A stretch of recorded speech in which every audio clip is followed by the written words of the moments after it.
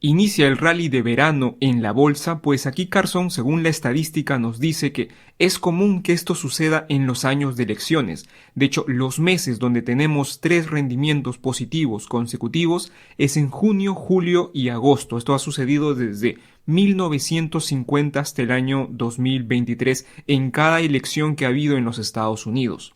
Luego también tenemos esta gráfica de estacionalidad, que por cierto podemos ver que esta estacionalidad en el año de elecciones pues tiene ciertos impulsos que lógicamente son turbulentos. Vemos aquí un gran impulso en marzo, un gran impulso que va a venir en junio, igual vamos a tener movimiento, otro impulso que está en agosto y finalmente terminamos con un último impulso fuerte del año que es el de las elecciones que va a ser por noviembre.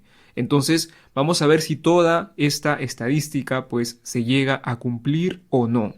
Pero la verdad es que, al menos lo que ha sucedido últimamente es que ha funcionado bastante bien. Bien, la verdad que todo parece estar tranquilo en los mercados. Aquí Charleston nos dice que casi todos los activos han subido en el mes de mayo y aquí tenemos todos los activos que también han subido en lo que va del año 2024. Edward Jones nos dice que con todo lo que ha ocurrido durante este 2024, incluida una serie de lecturas de inflación superiores a las previstas que le hemos tenido, un salto en las tasas de intereses, un ajuste dramático, retraso a las expectativas de recorte de la tasa de la Fed, hemos tenido como 6 o 7 al inicio y ahora solamente tenemos una, y una escalada de tensiones geopolíticas en el Medio Oriente. El mercado de valores solamente ha sufrido una pequeña fugaz caída que más o menos ronda el 5.5%. Entonces, frente a lo que ha sucedido con otros años, podríamos decir que estamos bastante tranquilos, la verdad. Edward Jones también nos dice que las fluctuaciones diarias también han sido notablemente modestas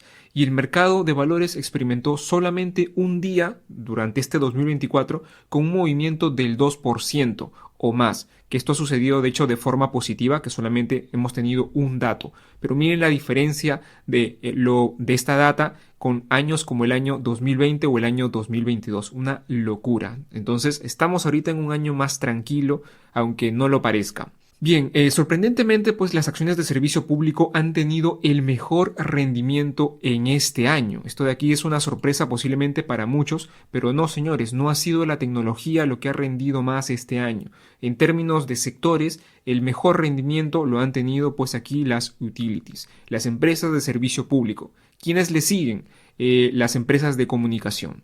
Entonces vemos que incluso tecnología puede estar en el quinto puesto. Luego energía, financieras. Y ojo, entonces no todo es tecnología, señoras. Ya lo he dicho, ya lo he mencionado. Bien, durante la semana anterior el sector con mayor pérdida fue la tecnológica. Aquí lo tenemos, el sector que más ha perdido. Pero a nivel de capitalización de mercado, pues todos los sectores han subido. También tenemos que el 70% de las empresas del S&P 500 ya está por encima de su media de 200 días. Se ha logrado recuperar unos cuantos puntos perdidos los últimos días, ¿no? Ya cada vez estamos, logrando nuevamente que más del 80%, como lo hemos tenido aquí hace poco, hace cuantos días atrás, más del 80% de acciones del S&P 500 estaba en su media de 200 días, superior a su media de 200 días. El siguiente tema es a esperas de más datos, ya que aquí, por ejemplo, Wells Fargo nos dice que la inflación supercore, recientemente, la semana pasada, el último día viernes, tuvimos la inflación PCE, y vamos a hablar específicamente de la supercore, que creo que es de la que más se habla actualmente, pues aquella que excluye, ¿no? Los servicios básicos, de vivienda, dice, aumentó a una tasa anualizada de 3.6% frente a la del 5.4% en el mes de marzo. Hemos tenido una caída considerable. Dice, de mantenerse la desaceleración del gasto en servicios discrecionales, pues debería ayudar a frenar la inflación de los servicios. Esto es lógico, ¿no? El continuo debilitamiento de las presiones sobre los precios deja la puerta abierta para que la Fed reduzca la tasa más adelante este año, pero se necesita más avances. Esto es lo que espera ver la Reserva Federal. Con simplemente un dato no va a hacer nada. Top Down Charts nos dice que la gran desinflación del año 2023 ha llegado a su punto más bajo. Lo tenemos aquí en el de acá, que es la inflación que tenemos aquí. Y dice, por lo tanto, el riesgo macro subestimado es que la ola de desinflación global haya terminado y el riesgo de resurgimiento entre en funcionamiento, obligando a los bancos centrales a mantener los tipos de interés más altos. ¿Qué es lo que sucede? Aquí nos dice que justamente los precios al productor han dado la vuelta, que es la línea de color celeste que se ve aquí. Y frente a esto, pues hemos tenido diferentes commodities que han subido durante las últimas semanas. Aquí el periódico The Guardian nos dice que los productores de jugo de naranja están considerando recurrir a frutas alternativas como la mandarina, ya que los precios al por mayor se han vuelto en medio de temores de malas cosechas en Brasil. Entonces vemos que hemos tenido un gran alza debido a estos temores que suceden en Brasil por las cosechas, pero el precio nuevamente está bajando pues porque estos productores ya están pensando en ver cómo sustituyen al jugo de naranja con, por ejemplo, mandarina. Dice, la mala cosecha prevista en Brasil, que representa el 70% de toda la exportación de jugo de naranja, ojo con este dato, marca la tercera cosecha global difícil consecutiva.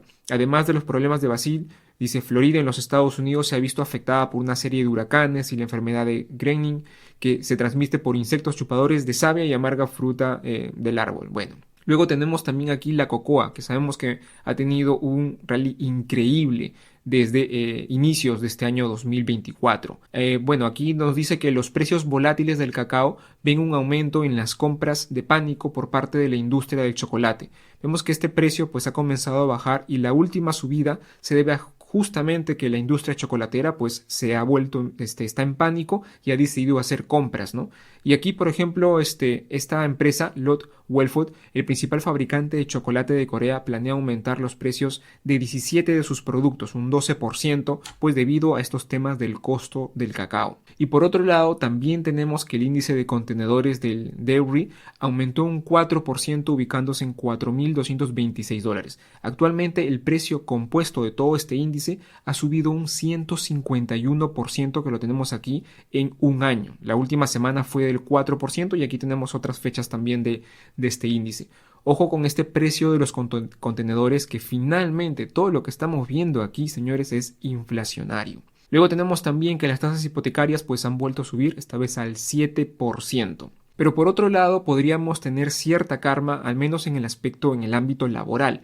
Porque Wells Fargo nos dice aquí que la tasa de abandono de puestos de trabajo ha caído por debajo de su nivel del año 2019. Esto es una señal de que la demanda laboral se está debilitando y sugiere que los salarios pues seguirán desacelerándose a medida que avanza el año. Luego también tenemos aquí a Rosenberg Research, que nos dice que el PMI de Chicago en 35.4 ha sido consistente con la recesión el 100% de las veces en tiempos pasados. Esto ha sucedido aquí por la pandemia, sucedió aquí por la crisis financiera.com y por todo lo que tuvimos la ola de inflación por los años 80. Entonces, vemos que es un indicador muy bueno y justamente en este nivel es un muy buen nivel para predecir recesiones.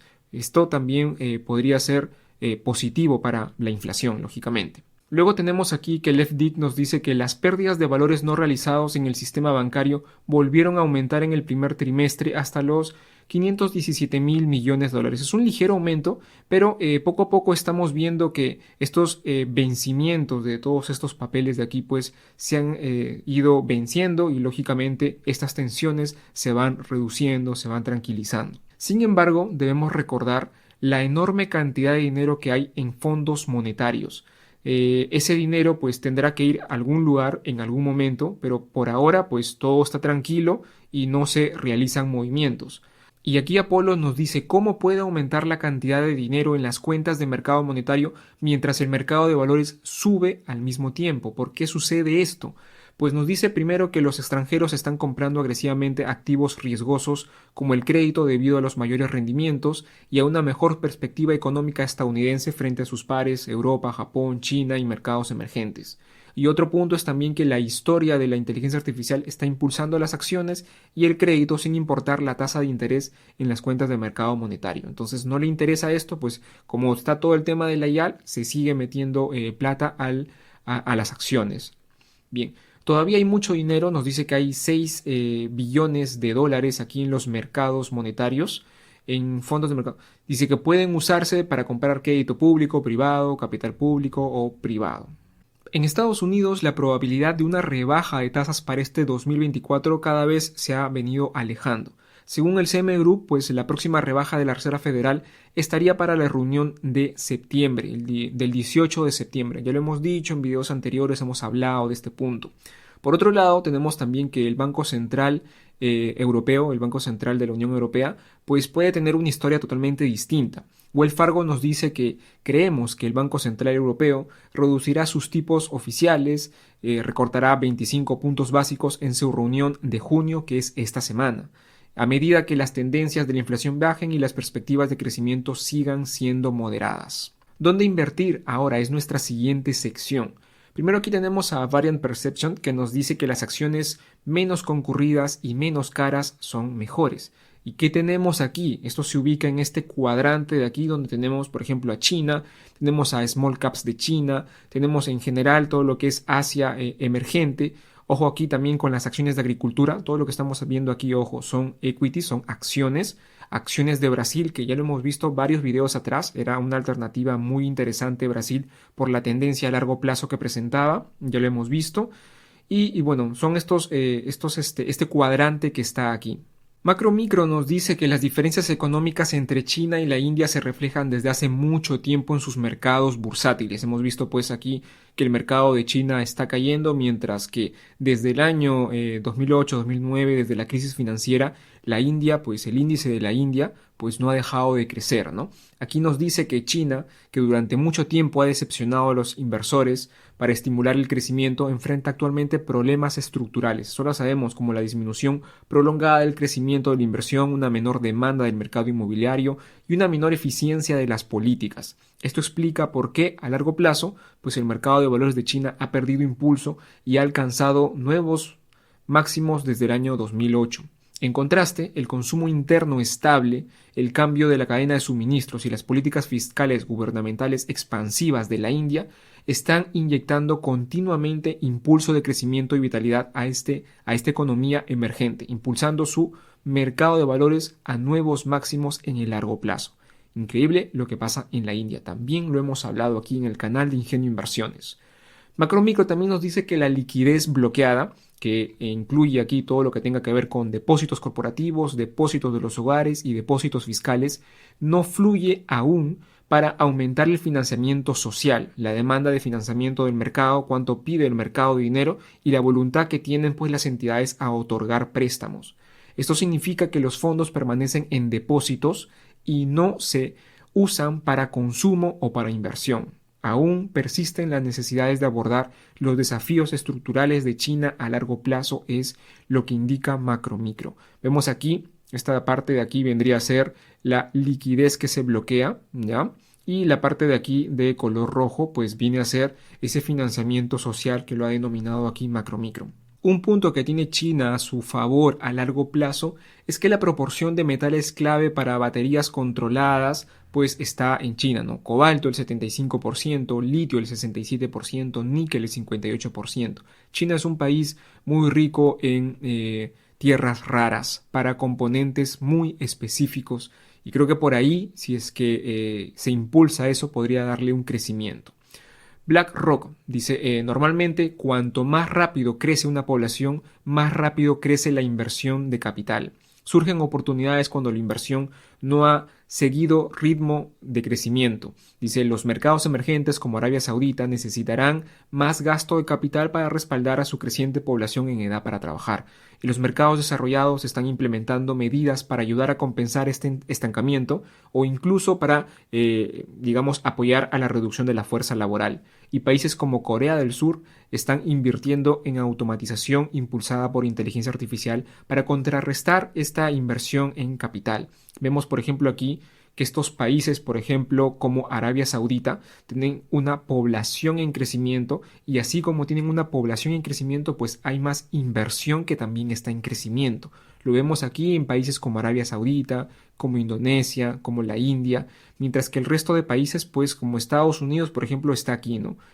El crecimiento y la inversión es menor, pero al igual que lo hace su población. Y esto se debe justamente a que, como indica aquí BlackRock, si la población crece más, pues se va a necesitar de más capital para, ya sea infraestructura, para gente que está trabajando, para darle el empleo y demás, ¿no? Entonces, hay una relación ahí directa entre lo que ocurre con el crecimiento de la población y la inversión también. Morgan Stanley nos dice que las empresas de gran capitalización actualmente son las menos poseídas por las carteras de los fondos de gestión activa frente al S&P 500. Por ejemplo, ¿qué quiere decir esto? Que se tiene más S&P 500, por ejemplo, en cartera que Microsoft. Se tiene más S&P 500 que Nvidia y así sucesivamente. Y se tiene, por ejemplo, aquí más compañías como Salesforce que el S&P 500. Esto es lo que tienen en cartera los fondos que se han analizado aquí en Morgan Stanley. Luego, esta gráfica también aquí interesante de New Edge, que nos dice que las empresas de pequeña capitalización ofrecen hoy más valor en relación con las de gran capitalización, que en cualquier momento durante los últimos 15 años, ojo con este dato. La valorización estaba en una prima del 40% por el año 2010 más o menos, para las compañías de gran capitalización, hasta ahora que tienen un descuento de casi 2 dígitos en la actualidad. Entonces, ya hemos hablado un montón de las small caps. Hay que ser pacientes con este tema. De la noche a la mañana nos surgen estas tendencias de largo plazo. Estamos hablando aquí de que esta es una tendencia de largo plazo. Bien, aquí también New Edge nos dice que el crecimiento de las ganancias es el principal impulsor del desempeño a largo plazo en las acciones, y el crecimiento de las ganancias de las empresas de pequeña capitalización pues ha sido, en el mejor de los casos, mediocre durante los últimos 2 años. Esto nos quiere decir que pues habría más impulso, lógicamente, aquí en el Russell 2000 que en el S&P 500. Y por otro lado, Crescat Capital nos dice que la plata tuvo un desempeño mensual notablemente sólido, registrando su mejor rendimiento en relación con el oro desde mayo del año 2020. Hay que recordar aquí que la producción de plata en Perú continúa cayendo severamente, ahora un 43% menos que los niveles máximos. Esta es la producción mensual por kilogramo de plata que produce el Perú. Y ahora, ¿por qué el Perú es importante en la plata? Porque pues el Perú es el tercer productor de plata del mundo. El primero es México, luego le sigue China y en tercer puesto está el Perú. Y todos los que estamos aquí en Perú sabemos de los problemas por los que pasa la minería, un problema estructural. Luego tenemos aquí a SEMI, nos dice que se esperan 103 nuevas fábricas en todo el mundo, pues entren en funcionamiento entre el 2023 y 2027. Ojo con todo esto, ya que no solamente se va a ver impulsado el sector de los semiconductores, sino también, por ejemplo, el de la electricidad, como ya lo hemos visto en videos atrás. Goldman Sachs aquí nos dice que la mayor parte del rendimiento de 3 meses de los servicios públicos puede atribuirse a la expansión de valorización más que a la mejora en las expectativas de ganancia a corto plazo. Vemos que, por ejemplo, este 15% se debe en su gran parte, en su gran mayoría, más del 80% a la valorización que a, digamos, el crecimiento de sus beneficios a corto plazo.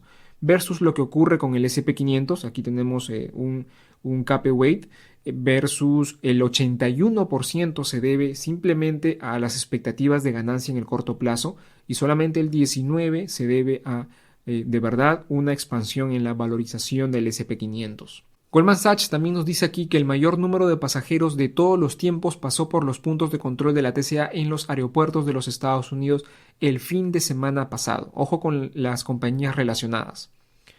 Financial Times nos dice que Toyota ha revelado planes para una nueva generación de motores de combustión interna, apostando a una necesidad continua de tecnologías más antiguas, incluso cuando los compradores de automóviles se inclinan hacia Tesla y otros fabricantes de vehículos eléctricos.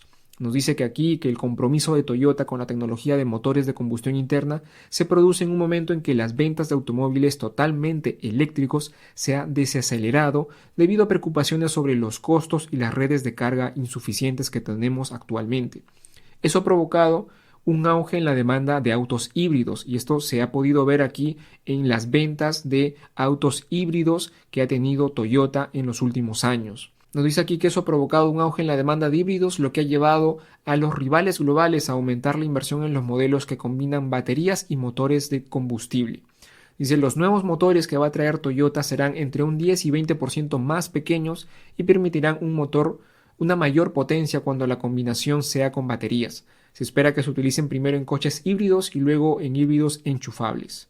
Bien, y para terminar con esta sección, pues el indicador del BOFA del Bull Amber cae nuevamente a 5.5. No hay nada más que decir aquí. Resultados trimestrales y datos macro para esta semana. Bueno, a nivel de compañías, a nivel de resultados trimestrales, no tenemos compañías que muevan el mercado. Podrá haber por ahí una que otra que le interese a alguien, pero lo más importante aquí va a ser los datos macro que vamos a tener esta semana. Comenzando el día jueves con la decisión de tipos de interés del BCE, que están esperando ahí los analistas que ya exista la primera rebaja de tipos en el Banco Central Europeo. Vamos a estar atentos a ver qué es lo que sucede este día jueves. Luego también tenemos el día viernes, Estados Unidos, con la tasa de desempleo y las nóminas no agrícolas para poner aquí, digamos, ese tono de suspenso al finalizar la semana. Y finalmente también tenemos otro speech de Lagarde para este viernes y el PBI de la zona euro ya del primer trimestre de este año 2024. EPS estimados de empresas seleccionadas para los fines que sean necesarios y convenientes, pues está aquí. Y finalmente el análisis técnico del SP500. ¿Qué es lo que tenemos aquí? Bien, primero que lo único que se ha hecho es nuevamente por creo ya tercera semana consecutiva es que simplemente se han corrido los pronósticos. Esto se sigue manteniendo. ¿Por qué? Porque el precio todavía no se dirige a ningún soporte de resistencia importante. Nos hemos quedado estancados más o menos en este nivel de los 5.200, 5.300 puntos, más o menos en ese rango. Y algo interesante es que la vela mensual del mes de mayo ha cerrado totalmente en verde. Y esto podría dar un impulso positivo según la estadística que hemos visto en un inicio. Sería algo bueno si es que todo cuadra y seguimos con este rally, ¿no?, que se indica según la estadística. ¿Qué probabilidades tenemos para esta semana? Pues yo creo que hay más probabilidades de tener un sentimiento alcista aquí en el SP500, que quizás en un inicio se pueda dirigir hacia los 5.400 puntos y va a venir este periodo de decisión finalmente el día viernes con la tasa de desempleo y las nóminas no agrícolas. Habría que ver cómo se va moviendo al inicio de semana para ver finalmente pues qué es lo que podría pasar el último día viernes con estos datos macro. Así es que creo que esto ha sido todo por este video. Recuerden por favor que todo lo que hemos visto el día de hoy aquí está en la página web de ingenioinversiones.com totalmente gratuito. Y si te ha gustado este video, por favor dale like, suscríbete al canal si aún no lo has hecho y activa la campanita. Un saludo y que tengas excelentes inversiones.